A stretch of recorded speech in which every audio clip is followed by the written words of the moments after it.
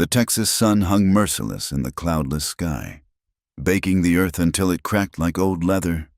Heat shimmered off the endless grasslands, turning the horizon into a wavering mirage. The air was thick with the smell of horses, leather, and dried sage, the unchanging perfume of the frontier that had defined this land since the first settlers pushed west. The Carter Ranch sprawled across 5,000 acres of prime grazing land, its boundaries marked by weathered fence posts that disappeared into the distance. At its heart stood the main house, a 2-story structure of solid timber and stone that spoke of wealth and permanence in a land where both were hard-won. Wide verandas wrapped around 3 sides, offering shade from the brutal afternoon sun.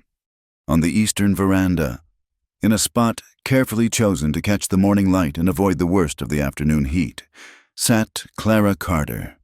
She occupied an ornate wooden chair, its surface carved with intricate patterns of wildflowers and vines, a piece imported at great expense from San Francisco. The chair had been her throne, her prison, and her entire world for 20 years. Clara's hands rested on the smooth arms of the chair, pale and delicate as porcelain dolls' hands. They had never known the roughness of rope or the weight of a water bucket. Her dress, a creation of blue silk and white lace, pooled around her motionless legs. She was beautiful in the way a painting is beautiful, perfect, untouchable, and utterly still. "Miss Clara, would you care for some lemonade?" Martha, the housekeeper, appeared with a tray. The older woman's face showed the careful neutrality of someone who had learned long ago not to pity openly. "Thank you, Martha." Clara's voice was soft but clear. She had learned to project without moving, to fill a room with her presence while remaining perfectly still. From her vantage point, Clara could see the entire front approach to the ranch. She watched the cowboys come and go, their easy movements on horseback a daily reminder of what she could never do. She knew each of them by name, their habits, their horses. Watching was what she did. It was all she could do. Elias Carter emerged from the house, his boots heavy on the wooden boards. He was a big man, made bigger by success. His vest stretched across a prosperous belly, and his gray mustache was waxed to perfection. He paused beside his daughter's chair, one hand resting briefly on her shoulder. "How are you today, my dear?" "Well enough, father." It was their daily exchange, as predictable as sunrise. "Good, good. I'm expecting a new hand today. Fellow named Foster. Came recommended from the Langley spread up north." Clara nodded, though her father had already turned away, his attention claimed by the endless demands of running an empire built on cattle and ambition. She didn't blame him. Elias Carter had accepted the doctor's verdict 20 years ago, with the same pragmatism he brought to every challenge if his daughter couldn't walk. He would ensure she wanted for nothing else. The finest clothes, the best tutors brought in from Austin, every comfort money could provide. He had even installed a library that was the envy of the county, knowing his daughter's love of books. The doctor from Houston had been definitive. "The child's legs are malformed," he'd pronounced over the wailing infant Clara. "She will never walk. Best to accept it now and make arrangements accordingly." And so they had. Clara had never known a world where walking was a possibility, had never felt the earth beneath her feet or the joy of running through tall grass. She had been carried everywhere as a child, then transitioned to the chair when she grew too big for carrying. It was simply the way things were. The sound of approaching hoofbeats drew her attention. A lone rider was coming up the long drive, dust swirling in his wake.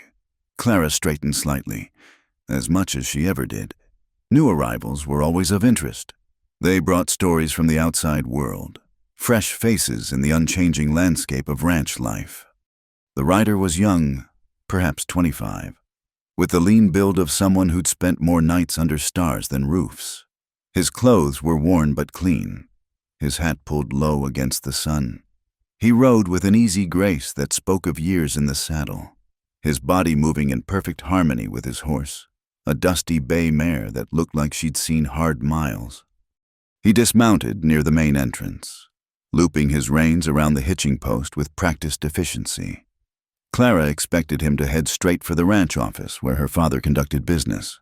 But instead, he paused, his gaze traveling up to the veranda where she sat. For a moment, they simply looked at each other. His eyes were the color of storm clouds, gray and intense under the shadow of his hat brim. There was something in his gaze that Clara couldn't name, not pity, which she was accustomed to, nor the awkward discomfort most men showed when confronted with her condition. It was something else entirely. Elias Carter's voice boomed from the office doorway. "You Foster!" "Yes, sir." The young man turned, touching the brim of his hat. "Caleb Foster." "Come on in, then. Let's see if you're worth what Langley claims." But before following her father inside, Caleb Foster looked back at Clara.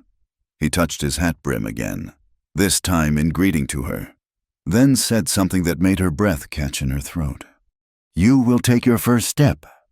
The words were spoken quietly, meant only for her, but they hit Clara like a physical blow. She watched, stunned, as he disappeared into the office with her father. The lemonade in her hand trembled, sending ripples across the surface. Martha, who had been watering the porch plants, came over quickly. "Miss Clara, are you all right?" Clara's voice failed her. She cleared her throat, tried again. "Yes, I'm fine." But she wasn't fine. Those 5 words had shattered something inside her, broken through 20 years of carefully constructed acceptance. They were impossible words, cruel words. Everyone knew Clara Carter couldn't walk, would never walk. It was as fixed a truth as the Texas sun. Through the office window, she could hear her father's voice. The usual interview questions about experience and expectations. But all Clara could hear were those words, echoing in her mind like a promise or a curse. That night, alone in her room, Clara lay in bed and stared at the ceiling. Her bedroom was on the ground floor, a practical consideration that had shaped the house's design. The windows were open to catch the night breeze, and she could hear the distant lowing of cattle, the yip of coyotes in the hills. "You will take your first step." She whispered the words into the darkness, tasting them, testing their weight.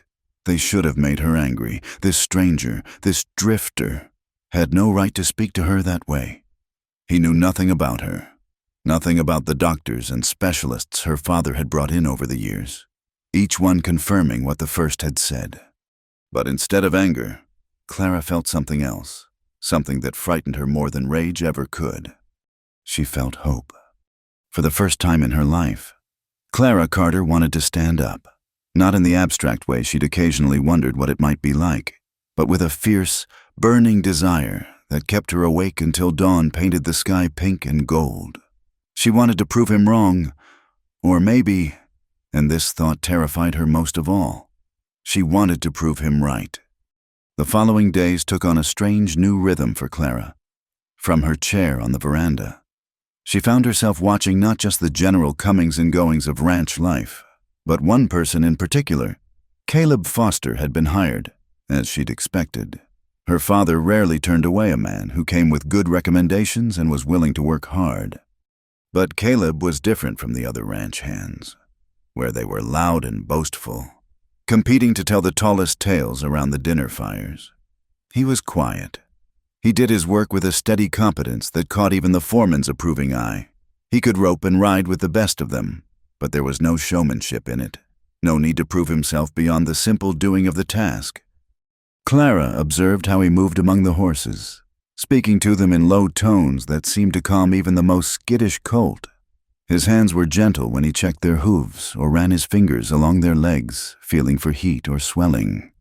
There was a patience in him that stood out like a cool stream in the desert of masculine bravado that typically defined ranch life.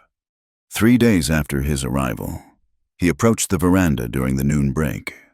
The other hands were clustered in the shade of the bunkhouse, but Caleb climbed the steps with his lunch pail and settled on the top step. Not quite on the veranda proper, but close enough for conversation. "Miss Carter," he said, touching his hat brim. Mr. Foster," Clara kept her voice carefully neutral. Are you finding the work to your liking? It's good work, honest work. He unwrapped a simple meal of bread and dried beef. Your father runs a fine operation. They sat in silence for a moment. Clara found herself studying his profile, the strong line of his jaw, the way the sun had weathered his skin to the color of saddle leather. There was a scar on his left hand, a white line running from knuckle to wrist. Why did you say that? The words escaped before she could stop them. The other day, what you said. Caleb didn't pretend not to understand. He chewed thoughtfully, swallowed, then turned to look at her directly. Because it's true. It's not possible. The doctors. Doctors don't know everything. His gray eyes were steady on hers. I've seen plenty of things doctors said couldn't happen. Saw a man in Colorado, shot through the lung. Doctors said he'd be dead by morning. He lived another 40 years. Saw a horse with a broken leg that should have been put down. That horse went on to win races. Those are different. I was born this way. Were you? He tilted his head slightly. Or is that just what you've been told so many times you believe it? Clara felt heat rise in her cheeks. You don't understand. You can't just will legs to work that have never worked. No, he agreed. But you can try. That afternoon, Elias found his daughter in an unusually pensive mood. He'd come in early from inspecting the herds, dust still clinging to his clothes. That new hand, Foster, he said, settling his bulk into a chair beside her. He hasn't been bothering you, has he? No, Father. Good. He's a hard worker. I'll give him that. But Clara. His voice took on the warning tone she knew well. Men like that, they're drifters. Here today, gone tomorrow. They follow the work, follow the seasons. No roots, no stability. I understand. Father. But she didn't understand. Not really. What was so terrible about following the seasons? What was wrong with seeing different horizons, different skies from her chair? Clara had seen the same view for 20 years. The thought of change, of movement, called to something deep inside her. I mean it, Clara. You're a carter. There are expectations, proprieties. That young man is here to work cattle, nothing more. Of course. She kept her voice dutiful, but her mind was elsewhere. That evening, unable to sleep again, Clara found herself thinking about Caleb's words. She looked down at her legs, hidden under the quilts. They looked normal enough, pale from lack of sun, thin from lack of use, but otherwise unremarkable. She tried to remember the first time she'd understood she was different. It must have been young, perhaps 4 or 5, watching other children run and play while she sat in her little chair. The memory was hazy, overlaid with so many years of acceptance.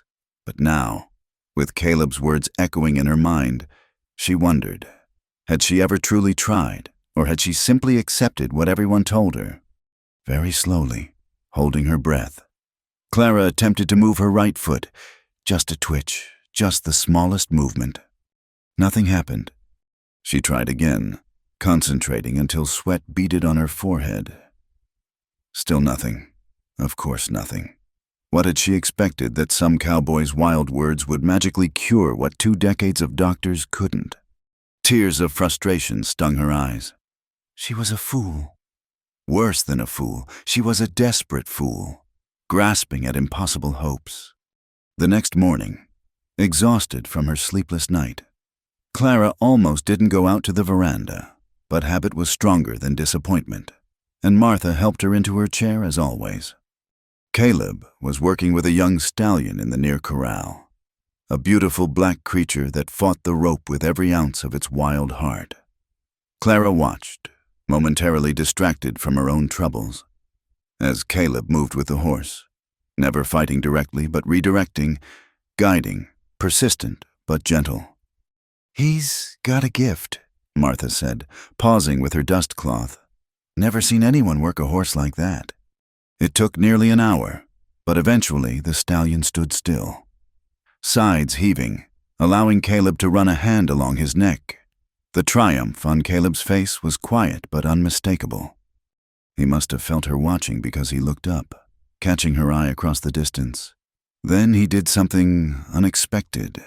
He led the stallion closer to the house, right up to the fence line below the veranda. "If you could stand up," he called up to her. "Just once. Even for a moment. Would you want to try?" The question hung in the air between them. Martha had gone inside. They were alone with just the wind and the endless Texas sky. "That's cruel," Clara said, her voice barely above a whisper. "Is it?" He stroked the stallion's neck, keeping the animal calm. "This horse, everyone said he couldn't be gentled, said he was too wild, too set in his ways. But look at him now." "I'm not a horse." "No," Caleb agreed. "You're stronger than any horse. You've survived 20 years in that chair without losing your spirit. I can see it in your eyes, the same fire this stallion has. The difference is, he just learned he could choose to stand still. Maybe you need to learn you can choose to stand up." Clara's hands gripped the arms of her chair until her knuckles went white. "And if I try and fail, if I hope and have that hope crushed, then you'll know you tried." His voice was gentle but firm. "Right now, you're living with everyone else's certainty about what you can't do. Maybe it's time to find your own truth." He led the stallion away then, back to the corral, leaving Clara alone with thoughts that buzzed like angry bees. That night, she tried again and again. Small movements, attempts to flex muscles that had never been asked to work. Each failure felt like a mockery. But something in her, that fire Caleb claimed to see, refused to give up. A week passed. Caleb didn't approach the veranda again, but Clara felt his awareness of her. Sometimes she caught him glancing her way, quick looks that seemed to ask a question she didn't know how to answer. Then one evening, as Martha was helping her prepare for bed, Clara felt it, the tiniest movement in her right foot. So small it might have been imagination, but she knew, with a certainty that stole her breath, that she had done it. She had moved. "Miss Clara, you've gone pale. Are you feeling ill?" "No," Clara managed. "No, I'm fine." But she wasn't fine. She was terrified and exhilarated and more alive than she'd ever been. That tiny movement, barely a twitch, felt like the first crack in a dam that had held back 20 years of possibility. That night, she whispered into the darkness again, but this time the words were different. This time, they were her own. "I will take my first step." The barn smelled of hay and horses, leather and grain, a comforting mixture that had always meant home to Clara, even though she'd rarely been inside. Martha had wheeled her there countless times to see new foals or watch the farrier at work, but always as an observer, never a participant. Now, in the late afternoon when most of the hands were out with the herds, Clara found herself in the barn's cool shadows for a different purpose entirely. Caleb had built something in the back corner, away from prying eyes, a simple wooden frame, waist-high, with smooth rails worn smooth by his careful sanding. "It's not much," he said, almost apologetically, "but it'll hold your weight, let you pull yourself up gradual-like." Clara stared at the contraption from her chair, heart hammering. In the 2 weeks since she'd first felt that tiny movement in her foot, she'd managed more, small flexes, slight shifts. Nothing anyone else would notice, but to her they were miracles. Still, this actually trying to stand seemed impossibly huge. "I don't know if I can," she admitted. "That's fine. Not knowing is honest, but not trying. That's giving up before you start."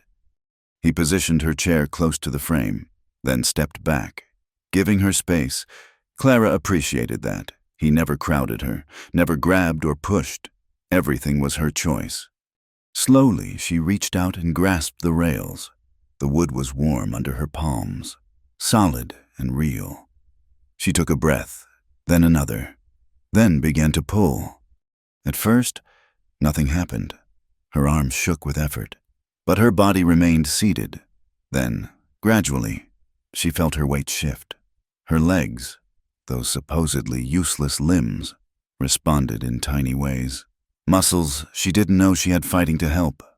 Inch by inch, she rose, not standing, not really, but no longer fully sitting either. Her arms screamed protest.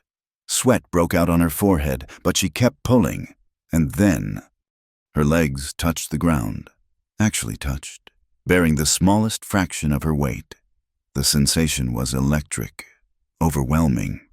She gasped and immediately fell back into the chair, but tears were streaming down her face. "I felt it," she whispered. "I felt the ground." Caleb's smile was like sunrise over the prairie. "I knew you would." From that day forward, they met in the barn whenever possible. Clara told Martha she wanted to spend time with the horses, and the older woman, though clearly suspicious, helped her to the barn without asking questions. Perhaps she saw the new light in Clara's eyes and didn't want to extinguish it. Each session was agony and ecstasy combined. Clara's muscles, dormant for 2 decades, protested every movement. Her hands blistered from gripping the rails. Her back ached from the unfamiliar posture, but slowly, so slowly, she grew stronger. "Why are you doing this?" she asked Caleb one afternoon as he adjusted the frame to better support her attempts. "What do you gain from it?" He was quiet for a long moment, his hands still on the wood. "My sister," he said finally. "Rebecca, she took fever when she was 12. Doctors said she'd never be strong enough to leave her bed again, but she didn't accept that. Fought every day to get her strength back. Took her 2 years, but she did it. Where is she now? Married a shopkeeper in Denver. Has 3 children who run her ragged." His smile was soft, distant. "She writes me letters sometimes, tells me about their adventures. Every one of those letters exists because she refused to believe what the doctors said." Clara felt something shift in her chest. "And you thought I could be like her. I saw that same stubbornness in your eyes that first day, hidden under all those fancy clothes and proper manners. But there, just needed someone to tell you it was all right to let it out." The governess, Miss Prudence Whitmore, was the first to notice something was different. A sharp-eyed woman from Boston who'd been hired 5 years ago to continue Clara's education. She had a talent for seeing what others missed. "You're holding yourself differently," she observed during their morning French lesson. "Your posture has changed." Clara kept her eyes on her book. "I don't know what you mean." Miss Whitmore's tone was skeptical, but she didn't press. Later, though, Clara caught her watching with an expression that might have been approval. The first time Clara truly stood, weight on her legs, hands barely touching the rails for balance. She lasted 3 seconds before collapse, but those 3 seconds felt like flying. Caleb whooped like a boy, and Clara laughed through her tears, giddy with achievement. "Again," she said as soon as she caught her breath. "I want to try again."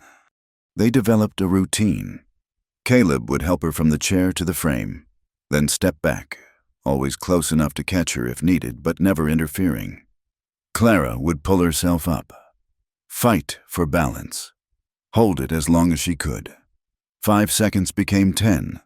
10 became 20. Her legs shook like newborn colts, but they held.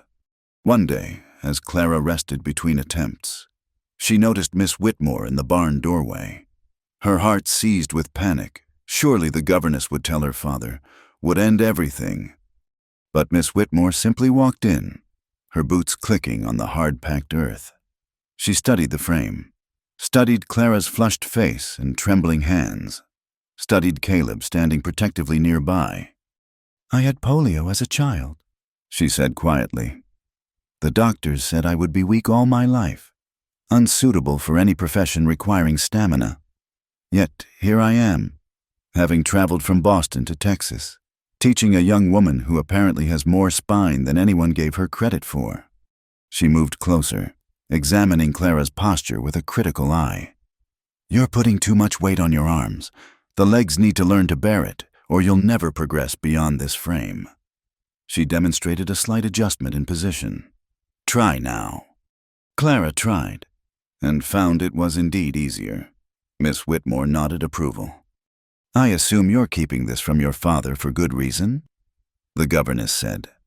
"I won't betray your confidence." But Clara, her expression grew serious. "Be careful. Hope is a powerful medicine, but it can also be a poison if it leads to recklessness." After she left, Clara and Caleb exchanged glances. "Do you think she'll keep quiet?" Clara asked. "I think she's on your side," Caleb replied. "Question is, how many others might be?" As the weeks passed, Clara's world expanded in ways she'd never imagined. The secret sessions in the barn became the highlight of her days. She learned the particular ache of worked muscles, the satisfaction of progress measured in seconds and inches. Her hands grew calloused beneath her gloves.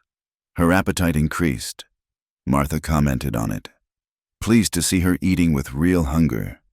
And through it all, Caleb was there, patient, encouraging, never pushing too hard but never letting her quit either. They talked during the rest periods about his travels, her books, the dreams they'd harbored in secret. Clara learned he'd grown up on a failing farm in Missouri, that he'd left home at 16 to find his own way. He'd worked cattle drives, broken horses, even tried his hand at mining in Colorado. "But ranching suits me best," he said. "There's honesty in it. The land doesn't lie to you, and neither do the animals." "Is that why you told me I could walk?" Clara asked. "Because you don't lie. I told you because I believed it was true. Still do." He paused, then added quietly, "Though I admit, I didn't expect to care so much about being right." The words hung between them, weighted with meaning neither was ready to fully acknowledge.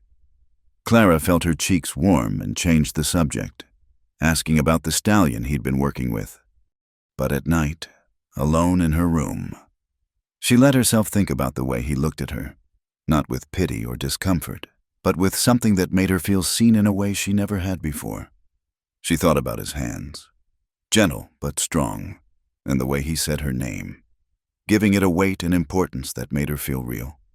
6 weeks after that first attempt, Clara stood for a full minute when she finally sank back into her chair, exhausted but triumphant. Caleb did something unexpected. He knelt beside her chair, taking one of her hands in both of his. "You're the strongest person I've ever known," he said simply. Clara looked down at their joined hands, his tanned and scarred from work, hers pale but no longer soft. They looked right together, she thought, like two pieces of something that had been broken and were slowly being mended. "I couldn't have done any of this without you," she said. "Yes," he said firmly. "You could have, might have taken longer, might have been harder, but Clara, this strength was always in you. I just reminded you to look for it." Outside the barn, the sun was setting, painting the sky in shades of rose and gold. Soon, someone would come looking for her. The secret couldn't last forever. But for now, in this moment, Clara felt more alive than she had in 20 years. She squeezed Caleb's hands and made a decision. "Tomorrow," she said, "I want to try taking a step." The first whispers started in town during the Saturday market. Clara and Caleb had been careful, but in a place where everyone knew everyone else's business, secrets had a way of sprouting legs and running wild. Mrs. Henderson, the banker's wife, mentioned to Mrs. Patterson at the general store that she'd seen the Carter girl looking quite animated while talking to that new ranch hand. "Mrs. Patterson told her sister, who told the minister's wife, and by Sunday service, half the county was buzzing with speculation. Clara felt the weight of the stairs as Martha wheeled her into church. Conversations died as she passed, then resumed in hushed tones. She kept her head high, her face composed, but inside her stomach churned. After the service, Elias Carter's jaw was tight with controlled anger. He said nothing during the ride home, but Clara could feel the storm building. It broke that evening. "I've been hearing things," Elias said, standing before Clara in the parlor. His face was flushed, his hands clasped behind his back. Unseemly things about you and that drifter Foster. His name is Caleb, father, and he's not a drifter. He's worked steadily for you for 2 months now. Don't play word games with me, Clara. His voice rose. People are talking, saying you've been spending time together, alone. Do you have any idea what that does to your reputation, to our family's standing? Clara felt a flash of bitter irony. Her reputation, as if being unable to walk hadn't already marked her as different, as less than... What reputation did a woman in a wheelchair have to protect? We talk sometimes, she said carefully. He's kind to me. There's nothing improper. Nothing improper. Elias's fist came down on the mantelpiece. Clara, you are an unmarried woman of good family. He is a hired hand with nothing to his name but a horse and saddle. The mere appearance of impropriety is enough to ruin you. Ruin me for what? The words burst out before Clara could stop them. What prospects do I have to ruin? Father, what suitors are lining up to court the crippled Carter girl? The silence that followed was deafening. Elias's face went from red to white, and for a moment Clara saw something in his eyes that might have been pain. You are not to speak with him again, he said finally, his voice low and final. If I see or hear of any further interaction between you, he'll be dismissed immediately. Do you understand? Clara understood perfectly. She understood that her father loved her but was ashamed of her. Understood that in his world, appearances mattered more than happiness. Understood that the small flame of hope she'd been nurturing was about to be smothered. Yes, father, she said, the words ash in her mouth. The next days were agony. From her chair on the veranda, Clara watched Caleb work, but he didn't approach. He didn't even look her way. She knew he'd been warned, probably threatened with worse than dismissal if he defied Elias Carter's orders. Her secret practices stopped. Without Caleb's encouragement, without the goal of showing him her progress, the fight went out of her. She tried once, alone in her room, to stand using the bedpost, but fell immediately. The failure felt like confirmation of everything she'd been told her whole life. Miss Whitmore noticed the change immediately. You're regressing, she said bluntly during their lessons. Whatever you were doing that gave you such strength and purpose, why have you stopped? It was foolishness, Clara said dully. I was deluding myself. The governess studied her for a long moment. The only delusion I see is believing that other people's fears should dictate your life. But Clara had no response to that. What did Miss Whitmore know about the weight of family expectations? About the crushing reality of physical limitations? A week into this new silence, another player entered the stage. Donovan Hale arrived at the ranch in a gleaming carriage pulled by matched grays, his suit immaculate despite the dust of travel. He was perhaps 35, with prematurely silver temples and the soft look of a man who'd never worked with his hands. Clara watched from her chair as he conferred with her father, their heads bent together in serious discussion. She knew that look. It was Elias Carter's business face, the one he wore when negotiating cattle prices or land deals. Clara, her father called. Come meet Mr. Hale. Martha wheeled her over, and Clara found herself looking up at a man whose smile didn't reach his eyes. Miss Carter, Donovan Hale said, bowing slightly. Your father has told me so much about you. I must say, his descriptions didn't do your beauty justice. Clara murmured something appropriate, but her mind was racing. Why was this wealthy stranger interested in her? She found out at dinner. Mr. Hale owns several businesses in San Antonio, Elias explained, cutting into his beef with satisfaction. He's looking to expand into cattle. We've been discussing a partnership. How interesting, Clara said, though she found it anything but. Donovan smiled at her across the table. I must confess, Miss Carter, that business isn't my only reason for visiting. I'm 36 years old, established in my career, and looking to start a family. Your father speaks highly of your intelligence and character. Clara's fork stilled halfway to her mouth. Surely he wasn't suggesting, I know your circumstances might give other men pause. Donovan continued smoothly. But I'm a practical man. I need a wife who can manage a household, host social gatherings, raise children. These things don't require walking. And in return, I can offer security, comfort, and social position. He was actually proposing a business arrangement disguised as marriage. Clara felt sick. That's very generous. Mr. Hale, she managed. But surely you'd prefer— What I prefer, he interrupted gently, is a wife who won't be gadding about, getting ideas about independence or causing scandals. Your limitations would actually be advantageous in that regard. Clara's hands clenched in her lap. She glanced at her father, hoping for support, but saw only calculation in his eyes. He was actually considering this. I need time to think, she said. Of course, Donovan agreed. I'll be staying in town for the week.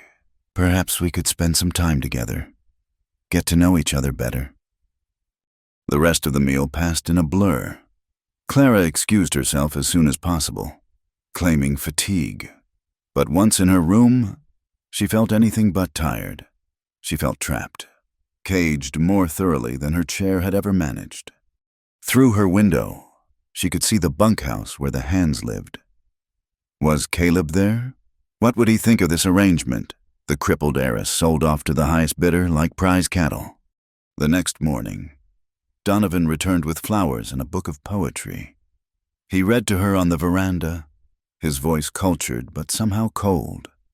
Clara smiled and nodded at appropriate moments, but her eyes kept drifting to the corrals where Caleb worked.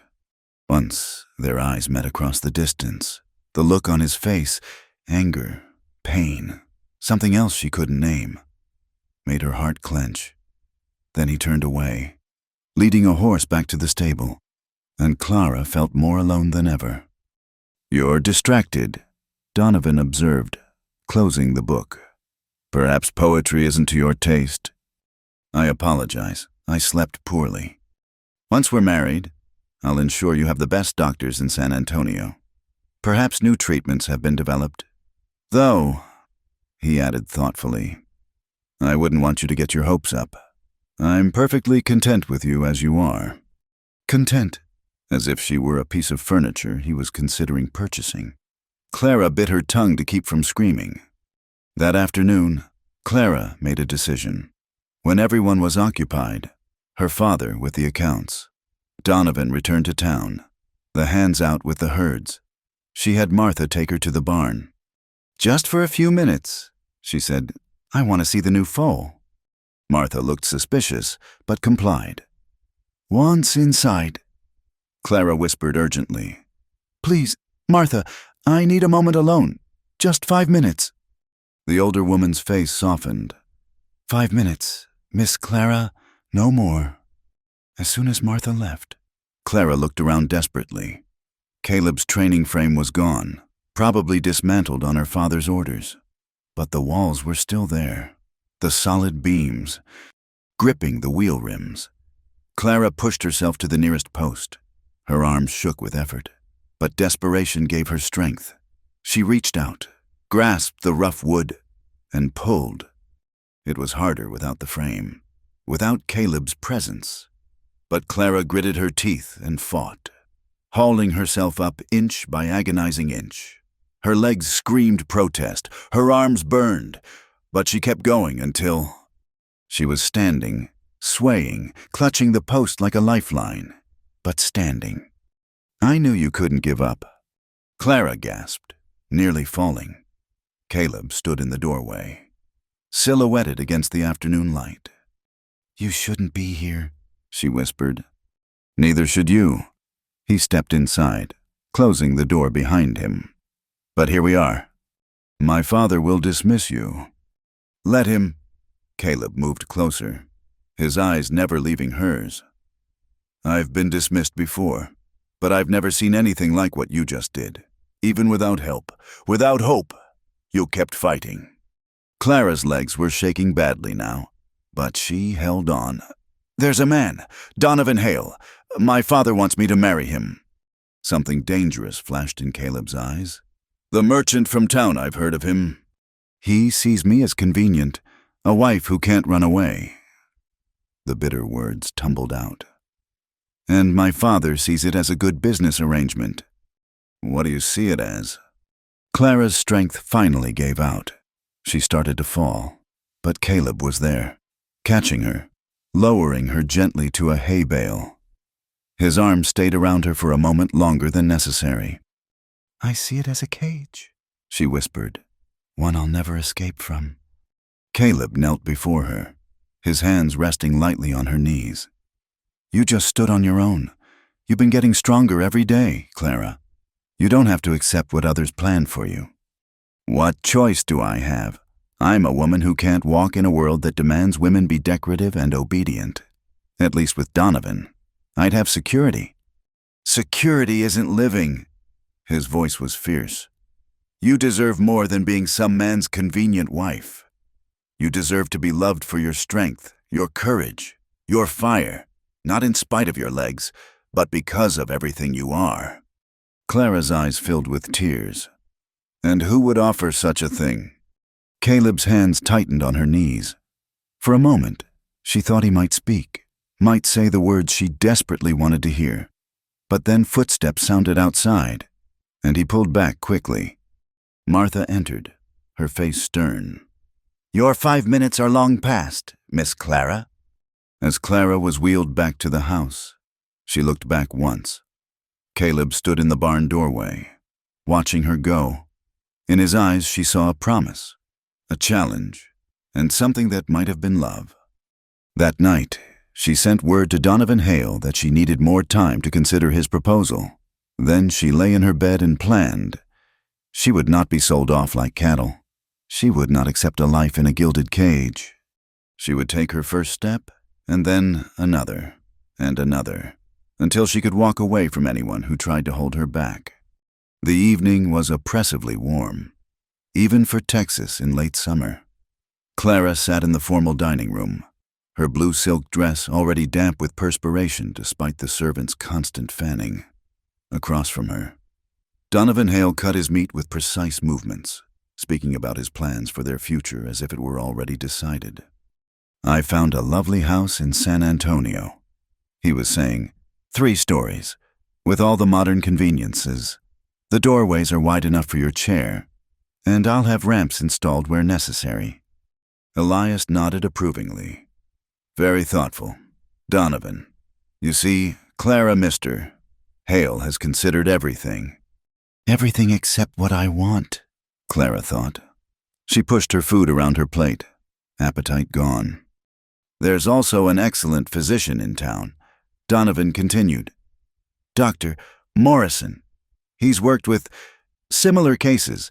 Not that I expect miracles, of course. I'm quite prepared to accept you as you are. How generous, Clara said, unable to keep the edge from her voice. Donovan paused, studying her. You seem troubled, my dear. Perhaps we should discuss this privately. Elias stood. An excellent idea. I'll leave you two to talk. He squeezed Clara's shoulder as he passed, a gesture meant to be encouraging but which felt like a warning. Once alone, Donovan moved to the chair beside Clara's, close enough that she could smell his cologne, expensive and cloying. I understand this must be overwhelming, he said, reaching for her hand. She let him take it, though her skin crawled at the contact. But I want you to know, Clara, that I'm not a cruel man. You'll want for nothing as my wife. Except freedom, Clara said quietly. His grip tightened slightly. Freedom is an illusion for women of our class. You know this, at least with me. You'll have respect, comfort, children to care for. Children, Clara pulled her hand back. How exactly do you envision that working? There are ways, he said delicately. And if not, there's always adoption. The point is, you'll have purpose, a role to fill, Isn't that better than growing old in your father's house, watching life pass you by? Through the window, Clara caught sight of movement near the stables. Caleb, checking on the horses before turning in for the night. The dying sunlight caught his hair, turned his profile to gold. Her heart clenched. "I need air," she said suddenly. "Please, could you call for Martha?" Donovan frowned, but complied. Soon, Clara was on the front veranda, breathing in the evening air that smelled of sage and distant rain. But her solitude didn't last long.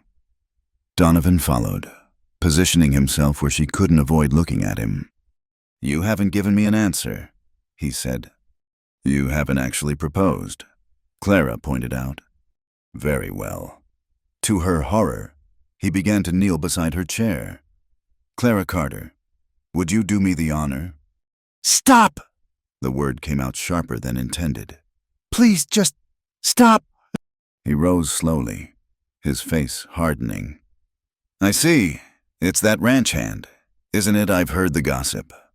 Clara's heart raced, but she kept her voice steady. "I don't know what you mean." "Don't play coy. The whole county is talking about how Elias Carter's crippled daughter has been making eyes at a drifter." His tone turned ugly. "Did you really think someone like that could offer you anything, that he'd stay around once he realized what life with you would actually mean?" The words hit like physical blows, each one finding its mark in her deepest fears. But then Clara remembered Caleb's hands teaching her to stand, his voice telling her she was the strongest person he'd ever known. "What I think," she said carefully, "is that I deserve to be loved for who I am, not what I can provide in a business arrangement." Donovan laughed, a cold sound. "Love, my dear girl, look at yourself. You're beautiful. I'll grant you that, and intelligent. But you're also broken. Men might desire you, might even think they love you. But when faced with the reality of a wife who can't walk, who can't dance, who might not even be able to properly—" He stopped, composed himself. "I'm offering you reality, not fairy tales." "Your reality," Clara shot back, anger overcoming discretion. "A reality where I'm a decorative object, a silent partner in your ambitions. I'd rather spend my life in this chair, alone, than accept such a bargain." Donovan's face flushed. "You're making a mistake." "Then it's my mistake to make." "Your father—" "My father doesn't own me, Mr. Hale, and neither will you." For a moment, she thought he might argue further. Then he straightened his jacket with sharp movements. "Very well. But when you're old and alone, watching your father's ranch fall apart because he has no heir to leave it to, remember this moment. Remember that you chose pride over security." He strode away, calling for his carriage. Clara sat trembling, amazed at her own boldness. She'd done it. She'd refused him. The consequences would be severe. But for now, she felt light as air. The feeling lasted until her father stormed onto the veranda an hour later. "What have you done?" Elias's face was purple with rage. "Donovan Hale just left, saying you insulted him, refused his extremely generous offer." "I refuse to be sold, father." "Sold?" He laughed bitterly. "You think this was about money, Clara?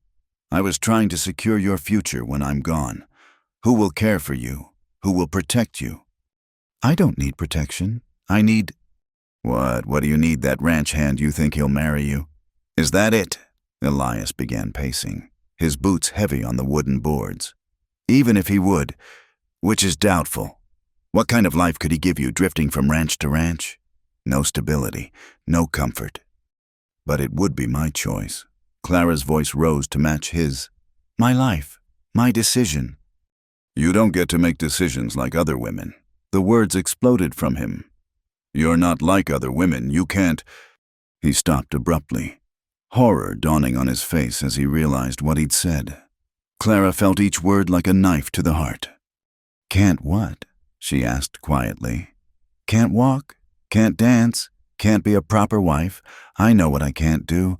Father, I've lived with it every day for 20 years. But maybe it's time to find out what I can do." Elias's shoulders sagged. Suddenly, he looked old, defeated. "Clara, I'm trying to protect you." I know, Her anger dissolved into sadness. but your protection has become a prison, and I want to be free. They stared at each other across a chasm that seemed unbridgeable. Then Elias turned and walked away, leaving Clara alone with the darkening sky.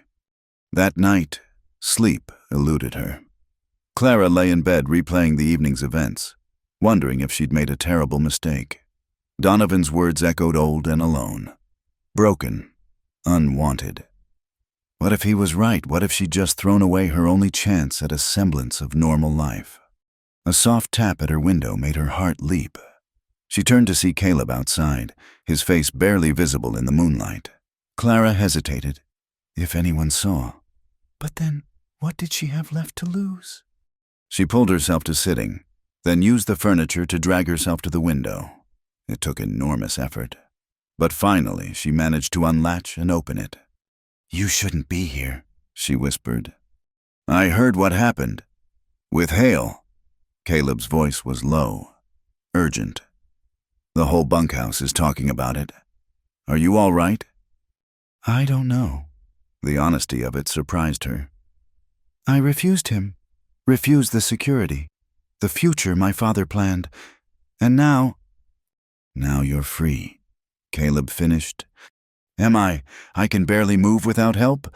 I have no money of my own. Nowhere to go. How is that freedom? Caleb reached through the window, his fingers finding hers. Freedom isn't about what you have. It's about choosing your own path, even when that path is hard. You chose Clara. That takes more courage than anything I've ever seen. My father is furious. He might send you away just for spite now. Let him.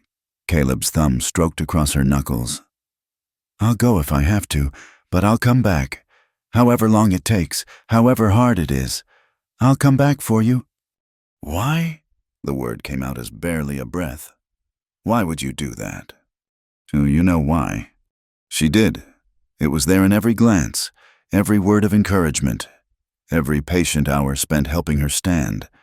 But she needed to hear it. Tell me, she whispered. Caleb leaned closer, his forehead nearly touching the window frame. Because you're the bravest, strongest, most stubborn woman I've ever met. Because watching you fight to stand made me want to be better than I am. Because when I see you, I don't see the chair or the limitations. I see the woman who refused to accept can't as an answer. Caleb. I love you, Clara. Not in spite of anything, but because of everything you are. And if you'll have me, I'll spend my life proving that you made the right choice tonight. Tears ran down Clara's cheeks, but for once they were tears of joy. I can't walk properly, might never walk properly. Then I'll walk slow. I can't dance. Then we'll find other ways to celebrate. I might not be able to give you children. Then we'll love the life we have, just the two of us. Each fear she voiced, he met with acceptance. Not resignation, but genuine acceptance. He wasn't offering to save her or fix her. He was offering to love her, exactly as she was. My father will never approve, she said finally. Then we'll wait until you're 21, until you don't need his approval. Caleb squeezed her hand. I'm good at waiting. Clara, and you're worth waiting for. A door slammed somewhere in the house. Caleb pulled back quickly. I should go, but Clara, keep fighting, keep standing, not for me, not for anyone else, but for yourself. Promise me. I promise, she whispered. He disappeared into the darkness, leaving Clara at the window with her heart racing and hope blooming in her chest like a wild rose. She'd refused Donovan Hale's cold proposition. She'd defied her father's plans. She'd chosen love over security, hope over resignation. Now came the hard part, living with her choice. But as Clara pulled herself back to bed, she felt stronger than she had in days. She had something to fight for now, someone to fight for. And tomorrow, she would stand again. The next week brought an unwelcome surprise. Donovan Hale returned to the ranch, this time accompanied by two men in dark suits who looked more like undertakers than businessmen. Clara watched from the parlor window as they conferred with her father on the front steps, papers exchanging hands, voices low but urgent. When Elias finally entered the house, his face was gray. "Father," Clara ventured. "What's wrong?" He slumped into his chair, suddenly looking every one of his 53 years. "Hale holds notes on the ranch. Loans I took out during the drought 2 years ago. I thought I had more time to repay them, but he's bought them from the bank." Clara's blood ran cold. "He can't." "He can, and he's calling them due unless." Elias couldn't meet her eyes. "He's offered to forgive the debt entirely, as a wedding gift." The trap was perfectly sprung. Clara felt the walls closing in, tighter than any physical restriction she'd ever known. "How much time do we have?" 30 days. Then he can foreclose. We'd lose everything. The ranch, the cattle, the house your mother loved." His voice broke on the last words. Clara's mind raced. Her mother had died giving birth to her, but she'd grown up surrounded by the woman's touches. The rose garden, the carved banister she'd commissioned, the library she'd planned. To lose it all because of her refusal. "I'll speak with him," she heard herself say. "Clara, no, I won't have you sacrifice yourself for my poor judgment." But she was already calling for Martha, already steeling herself for what had to be done. Donovan received her in the front parlor, dismissing Martha with a wave of his hand. He looked perfectly composed, a cat who'd cornered a mouse. "Clara, how lovely to see you've reconsidered." "You're a bastard," she said quietly. His eyebrows rose. "Such language. I'll have to cure you of that when we're married." "If we marry." "Oh, we will." He moved closer, circling her chair like a predator. "You see, Clara, I always get what I want, and what I want is the perfect wife. Beautiful, intelligent, and most importantly, controllable. Your conditional makes you ideal." "Why?" She had to understand. "With your wealth, you could have anyone." "Could I?" His smile was cold. "I could have a pretty young thing who'd spend my money and cuckold me with the first handsome face she met. I could have a society woman who'd demand parties and travel and constant attention. But you—" He stopped in front of her, reaching out to touch her cheek. She forced herself not to flinch. "You'll be grateful, dependent, mine." "I'd rather die." "No, you wouldn't, because you're not thinking of yourself. You're thinking of your father, the ranch hands who lose their jobs, that precious governess of yours, even." His voice dropped. "That cowboy you're so fond of. Did you know he sends most of his wages to his sister in Denver, the one with 3 children? Shame if he couldn't find work anywhere in Texas." Clara's hands clenched in her lap. "You wouldn't." "I would. I have connections from here to California.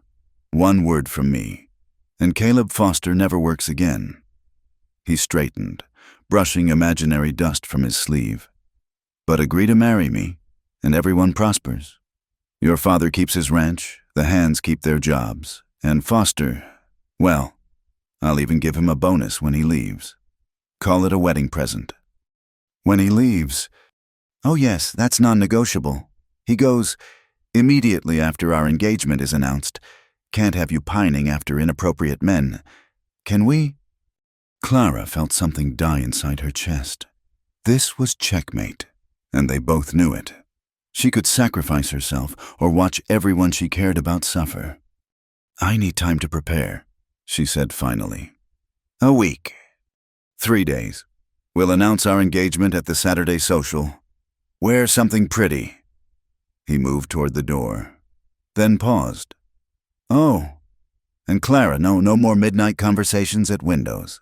I have eyes everywhere." After he left, Clara sat in stunned silence. 3 days. 3 days of freedom left. That evening, she had Martha take her to the barn on the pretense of checking on a sick foal. Caleb was there, brushing down horses. He took one look at her face and pulled her into the empty tack room. What happened? She told him everything, watching his expression darken with each word. When she finished, he was pacing the small space like a caged wildcat. "We'll leave tonight," he said. "I'll get a wagon. We'll go to Denver. My sister will help us." "I can barely stand. Caleb, I can't run away." "Then I'll carry you." "For how long forever? And what about my father? The ranch?" She caught his hand, stilling his movement. "Donovan's right. Running would solve nothing." "So you'll marry him?" The words were raw with pain. "I don't know. I can't think." Clara's voice broke. "Hold me, please. Just hold me." Caleb dropped to his knees beside her chair. Gathering her into his arms, she buried her face in his shoulder, breathing in the scent of leather and soap and honest work. His heart beat strong against her chest, and she tried to memorize the feeling, storing it up against the cold years ahead. "There has to be another way," he murmured against her hair. "I've been thinking," Clara said slowly. What if I could walk, really walk? Not just stand, but move on my own. It wouldn't change the debt, but it might change how people see me. Give me options I don't have now." Caleb pulled back to look at her. "You want to try now with only 3 days?" "I have to. It's the only card I have left to play." They worked through the night. Caleb had rebuilt a simpler version of his training frame, and Clara pushed herself harder than ever before. Stand, balance, shift weight, attempt a step, fall, stand again. Her legs screamed protest, muscles cramping, but she kept going. "Again," she gasped after yet another fall. "Clara, you need to rest." Again. By dawn, she had taken 3 shuffling steps while holding the rails. They were ugly, graceless movements. Nothing like real walking, but they were steps. Forward motion under her own power. "It's not enough," she panted, sweat soaking through her dress. "Not nearly enough." "It's a miracle," Caleb countered. "Clara, you've done in months what doctors said was impossible. Don't you see how incredible that is?" But all Clara could see was Donovan's smug face, her father's defeat, the trap closing around them all. The next 2 days blurred together. Clara pushed herself relentlessly, snatching moments whenever possible to practice. Miss Whitmore helped, creating excuses for Clara to have privacy. Even Martha, usually so proper, stood watch while Clara struggled in her room with furniture for support. By Friday evening, Clara could take 10 steps with a walking stick. Her movements were slow, unsteady, but undeniably real. She was walking. "You should show your father," Miss Whitmore urged. "Surely this changes things." But Clara knew better. The debt would remain. Donovan's threats would stand. All she'd proven was that she'd been hiding her progress, lying to everyone. Still, she had to try. She found Elias in his study, bent over ledgers that told a story of gradual ruin. He looked up when Martha wheeled her in, then did a double take at the walking stick across her lap. "Clara, what?" "I need to show you something. Father." She gripped the stick, positioned her feet, and slowly pushed herself up from the chair. Elias's gasp was audible. Then, with careful movements, Clara took 1 step, then another, and another, until she'd crossed the small space to his desk. "Dear God," Elias whispered. "How?" "I've been practicing for months. Caleb Mr. Foster helped me." She gripped the desk edge, legs already trembling. "I can walk, Father. Not well, not far, but I can walk. Doesn't that change anything?" Elias rose, came around the desk, caught her as her strength gave out. He helped her to a regular chair, then knelt beside her, tears streaming down his weathered face. "My little girl, walking. Your mother would be so proud." He clutched her hands. "But Clara, this doesn't change the debt. If anything, it makes things worse." "Worse?" "Donovan won't want a wife who can walk. His whole offer was predicated on your limitations. If he sees this, he might withdraw entirely. Call the loans immediately. Clara's heart sank. She'd been so focused on proving she could walk. She hadn't considered that her progress might actually harm their position. Then what do I do? Elias was quiet for a long moment. Then, show him tomorrow. At the social. Publicly. If you must marry him. At least let everyone see that you're not broken. That you're choosing this, not being forced. It wasn't much, but it was something. Clara squeezed her father's hands. I'm sorry, Father, for the secrets, for refusing him initially. No. His voice was firm. I'm sorry. I've spent so long trying to protect you, I forgot to let you live. Whatever happens tomorrow, I want you to know, I'm proud of you. So very proud. They held each other as the sun set. Father and daughter united in their love and their looming loss.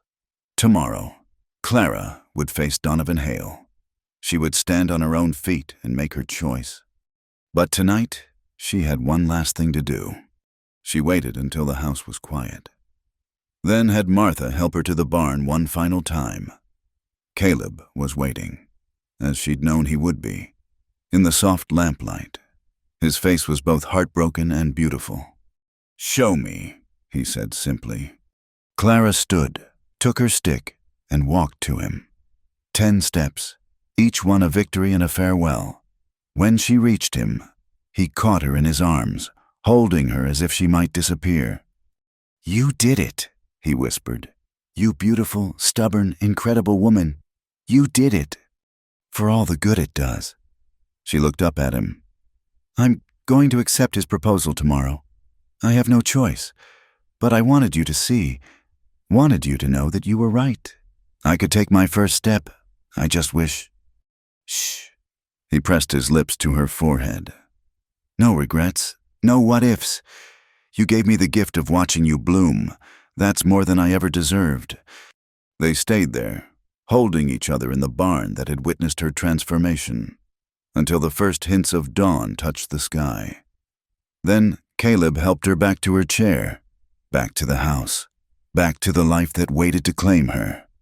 Tomorrow, she would stand before society and accept Donovan Hale's ring. But tonight, she had stood on her own feet and been held by the man she loved. It would have to be enough. The weeks following Clara's dramatic refusal of Donovan Hale brought unexpected changes to the Carter Ranch. Word of her standing and walking had spread through the county like wildfire.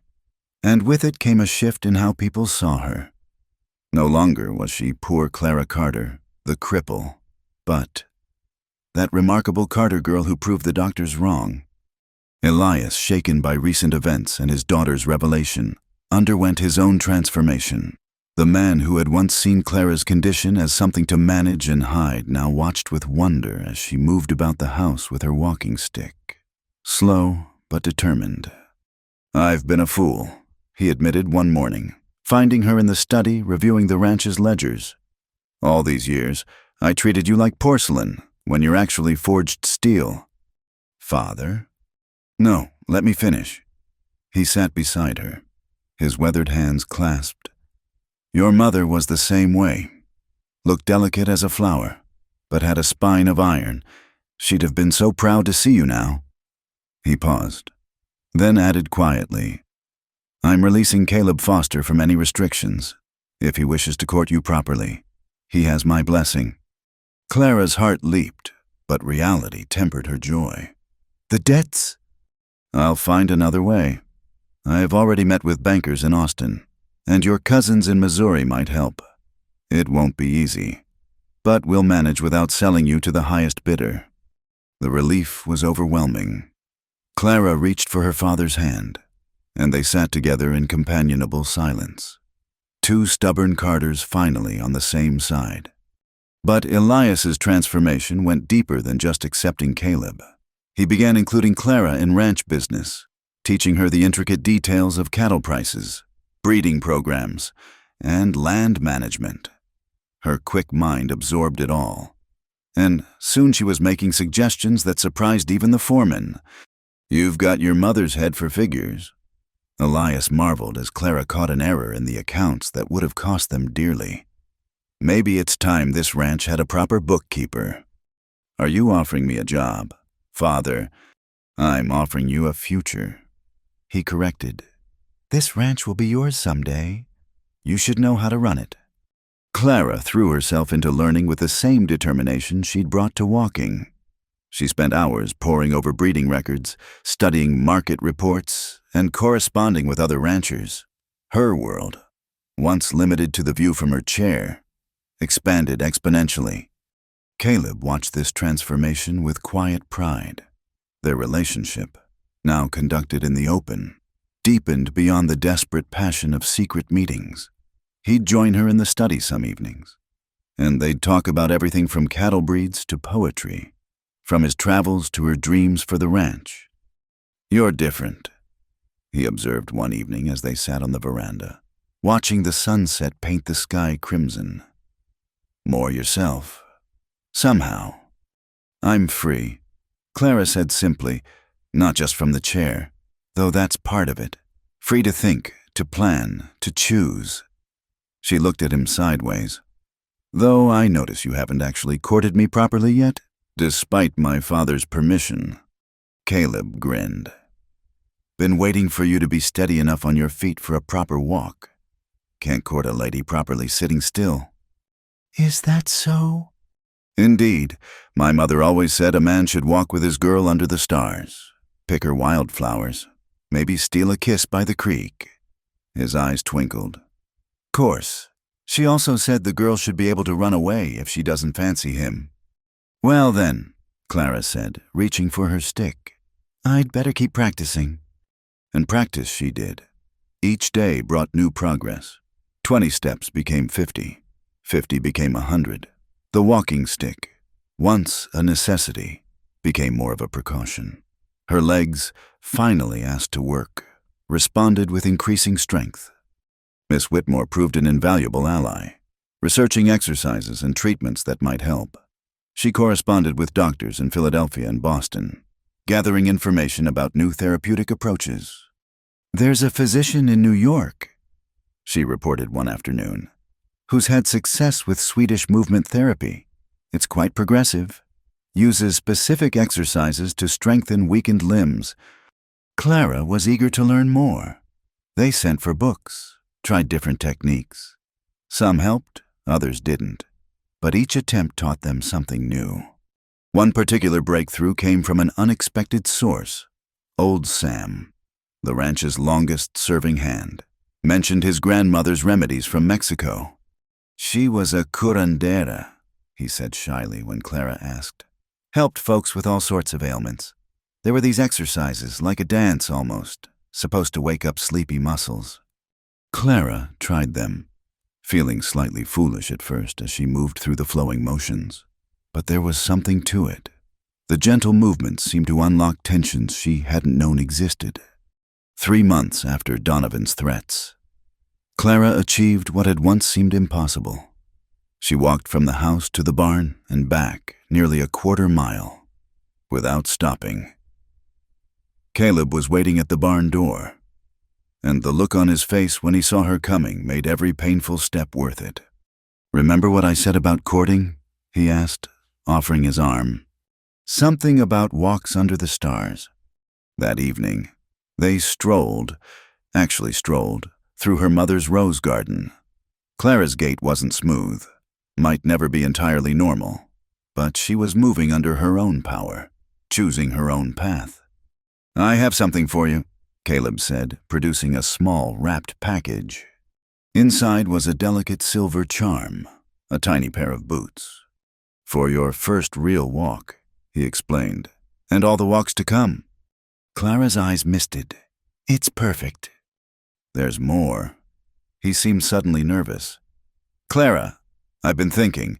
Your father's teaching you the business, and you're brilliant at it. But I'm just a ranch hand. That's not enough anymore. Not for you." "Caleb, I don't care." "But I do. So I've been talking to your father, and to Jake Morrison, who owns the spread to the south. There's an opportunity to partner on a horse breeding operation. I know horses, and with a small investment, we could build something real, something worthy of you." Clara stared at him. "You want to become a businessman. I want to become a man who can offer you more than just love. You deserve a partner, not a dependent." The irony wasn't lost on her. Once, she'd been the one considered dependent. Now Caleb was working to ensure their equality. And what did my father say? "He offered to back me," said any man willing to work that hard for his daughter deserved a chance. Clara laughed, the sound bright in the evening air. "So we're both becoming new people?" "Seems that way." He stopped walking, turned to face her. "Clara Carter, I don't have much yet, but I've got plans and determination and more love for you than I know what to do with. When the time's right, when I've proven myself." "Yes," Clara interrupted. "I haven't asked yet." "Then ask." Caleb dropped to one knee right there in the garden, pulling out a simple ring, not the ostentatious diamond Donovan would have offered, but a modest gold band with a single small stone. "Clara Carter, you've already taken your first steps. Will you take all your future ones with me?" "Yes," she said again, louder. "Yes, yes, yes." He slipped the ring on her finger, then stood and kissed her as the stars came out overhead. Clara had to grip his shoulders for balance, but it wasn't from weakness. It was from the sheer joy of being alive, being loved, being free to choose. When they returned to the house, Elias was waiting on the veranda with a bottle of his best whiskey and 3 glasses. "About time," he said gruffly, but his eyes were bright. "Your mother always said the best partnerships are built on mutual respect and shared dreams. I think she'd have approved." They toasted there under the vast Texas sky, to new beginnings, to hard-won victories, to love that saw past limitations to possibilities. 6 months later, Clara walked down the aisle of the little church in town, her gait careful but steady, her father on one arm and her walking stick in the other hand. She wore her mother's wedding dress, altered to accommodate her still uncertain balance. Caleb waited at the altar, no longer just a drifting cowboy, but a man with roots, plans, and purpose. The whole county had turned out to see Clara Carter marry, not out of pity or morbid curiosity, but out of genuine celebration for a woman who'd refused to accept "can't" as an answer. As they exchanged vows, Clara thought about the journey that had brought them here. From that first impossible promise, "You will take your first step," to this moment of joy. It hadn't been easy. It might never be easy, but it was theirs, chosen and fought for. "I now pronounce you man and wife," the minister declared. "You may kiss your bride." As Caleb drew her close, Clara whispered, "Thank you." "For what?" "For seeing me, the real me, even before I could see myself." "Always," he promised, and kissed her as the congregation erupted in cheers. They walked back down the aisle together, Clara's steps slow but sure, through the church doors, into the bright Texas sunshine, toward a future neither could have imagined when a dusty cowboy first told a chair-bound girl she would walk.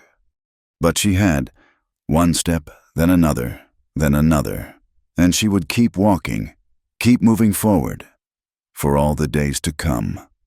The wedding reception was held at the ranch, with tables set up under the open sky. Clara, now Clara Foster, moved among their guests with Caleb at her side, accepting congratulations and marveling at how much had changed. Donovan Hale had left the county months ago. His schemes failed and reputation tarnished when word spread of his attempt to trap Clara into marriage. The debts had been manageable after all. Elias's cousins had helped, and the ranch's improved fortunes under Clara's partial management had done the rest.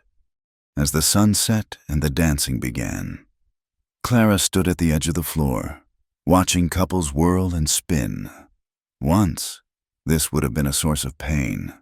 Now, she felt only contentment. "No regrets?" Caleb asked, his arm around her waist. "None," Clara assured him. "I may not dance in the traditional way, but I've learned there are many ways to celebrate." And indeed, as the evening wore on, Clara found her own way to participate. Seated at times, standing at others, always surrounded by love and acceptance. She'd learned that strength wasn't about doing everything others could do. It was about doing everything she could do, and doing it with grace. As the stars came out and the party continued around them, Clara and Caleb stole away to the rose garden. There, in the place where he'd proposed, they stood together and looked toward the future. "Where to now, Mrs. Foster?" Caleb asked. "Forward," Clara said simply. "Always forward." And with her husband beside her and her own strong will beneath her, Clara Foster took her next step into the beautiful unknown. Winter had settled over the Texas plains like a gray wool blanket, bringing with it Clara's 21st birthday. The house bustled with preparation for a modest celebration. Nothing like the grand affairs Elias might have once planned, but something more precious, a gathering of those who had witnessed Clara's transformation. The morning of her birthday dawned cold and clear. Clara rose early, as had become her habit, and dressed herself, another small victory in a year full of them. She chose a practical wool dress in deep blue, one that accommodated her slightly uneven gait, and pinned her mother's cameo at her throat. Walking to the mirror with only the slightest support from furniture, Clara studied her reflection. The woman looking back bore little resemblance to the pale, confined girl of a year ago. Sun had kissed her skin from hours spent outdoors. Her arms showed definition from months of pulling herself up, supporting her weight, working alongside ranch hands when needed. Most importantly, her eyes held a confidence that no amount of silk dresses or fancy chairs could have provided. "Happy birthday, my love," Caleb said from the doorway, holding a breakfast tray. "You didn't have to." "I wanted to. Besides," he set the tray on the side table and pulled her into his arms. "It's not every day my wife turns 21. They'd been married 6 months now. Living in the small foreman's cottage Elias had expanded for them. It wasn't grand, but it was theirs. And Clara wouldn't have traded it for all of Donovan Hale's San Antonio mansions. After breakfast, they made their way to the main house. Clara walked the entire distance, her custom-made walking stick, a birthday gift from Miss Whitmore featuring a silver handle shaped like a horse's head, providing minimal support. The 100 yards that had once seemed impossible now felt like a morning stroll. The parlor had been decorated with winter greenery and bright ribbons. A small pile of gifts waited on the side table. But what made Clara's breath catch was the gathering of people. Not just family, but the ranch hands who'd cheered her first public steps, townspeople who'd supported her choice, and friends who'd emerged from unexpected places. "Before we begin the festivities," Elias announced, raising his glass, "I have something for Clara." He produced a leather folder, worn with age. Inside were legal documents, carefully preserved. "These are the original papers for the ranch," he explained. "Your mother and I filed them together when we first claimed this land. Today, I'm adding your name as full partner. This ranch isn't just your inheritance anymore. Clara, it's your responsibility and your right, starting now." Clara's eyes filled with tears as she accepted the papers. "Father, I don't know what to say." "Say you'll keep making us proud," Elias replied gruffly, emotion thick in his voice. The morning passed in a blur of gifts and well wishes. Caleb gave her a new saddle, specially designed with additional support. "For when you're ready," he said with a wink. The ranch hands had pooled their money for a set of accounting ledgers bound in fine leather. Even crusty old Sam had carved her a small wooden charm, a figure of a woman standing tall. But the most unexpected gift came after lunch, when a familiar carriage rolled up the drive. Clara's heart clenched for a moment, fearing Donovan's return, but the woman who emerged was entirely different. She was perhaps 30, with kind eyes and a pronounced limp that required a cane for support. Behind her, 3 children tumbled out of the carriage like excited puppies. "Rebecca," Caleb breathed. Then he was running, catching his sister in a fierce embrace. "Surprise," Rebecca Foster McKinnon said, laughing through her tears. "When you wrote about Clara, about everything she'd overcome, I had to come. Had to meet the woman who captured my stubborn brother's heart." Clara made her way outside, movements careful on the uneven ground. Rebecca watched her approach with eyes that understood every difficult step. "Sister," Rebecca said simply, opening her arms. They embraced, 2 women who knew the weight of doctors' pronouncements and the lightness of proving them wrong. "He told me about you," Clara said, "how you inspired him to believe I could walk. And you inspired me to make this journey." Rebecca replied, "I haven't traveled since the children came. Too difficult, I told myself. Too complicated. But your story reminded me that difficult isn't the same as impossible." They spent the afternoon sharing stories while Rebecca's children explored the ranch with the enthusiasm of young ones who'd been cooped up in a carriage too long. Clara learned about Rebecca's illness, the months of being bedridden, the slow climb back to mobility. "The worst part wasn't the physical pain," Rebecca confided as they sat by the fire. "It was how small my world became, how people stopped seeing me and only saw my limitations." "Yes," Clara agreed softly, "like you stopped being a person and became a condition. But we're so much more than that." Rebecca gestured to the room around them, Clara's accounting books on the desk, her wedding portrait on the wall, evidence of a full life being lived. "You've proven that beautifully." That evening, as the sun set on her birthday, Clara found herself standing in the spot where she'd first met Caleb. The same view stretched before her, but everything else had changed. She could stand here on her own now, could walk these boards she'd once only dreamed of crossing. "Regrets?" Caleb asked, joining her. "Gratitude," Clara corrected. "For all of it, even the hard parts, especially the hard parts. Even Donovan Hale, even him. Without his cruelty, I might never have found my strength. Without being pushed to that edge, I might have accepted half a life."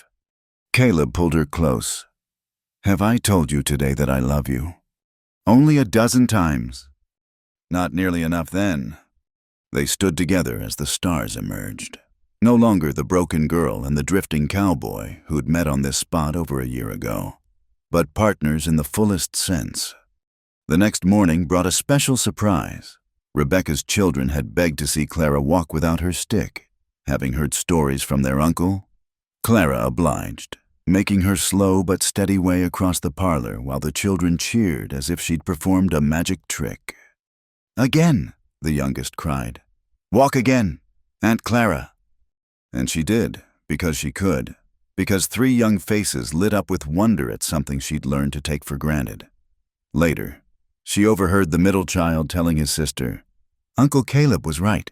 Aunt Clara is the strongest lady in Texas." Rebecca stayed a week, and her visit marked another turning point. The 2 women spent hours discussing business ideas, ways to make ranches more accessible for those with mobility challenges. Clara had already implemented several changes at the Carter Ranch ramps instead of steps where possible, mounting blocks designed for those who needed extra support, modified equipment that allowed participation regardless of physical limitations. "We could write about it," Rebecca suggested. "Share what we've learned. There must be others out there, told they can't when really they just need different ways to can." The idea took root. Clara had always loved writing, and now she had something worth saying. With Rebecca's encouragement and Caleb's support, she began documenting her journey, not as inspiration porn or pity-seeking, but as practical advice for those facing similar challenges. On Rebecca's last day, the sisters-in-law stood at the gate, watching the children play one last time.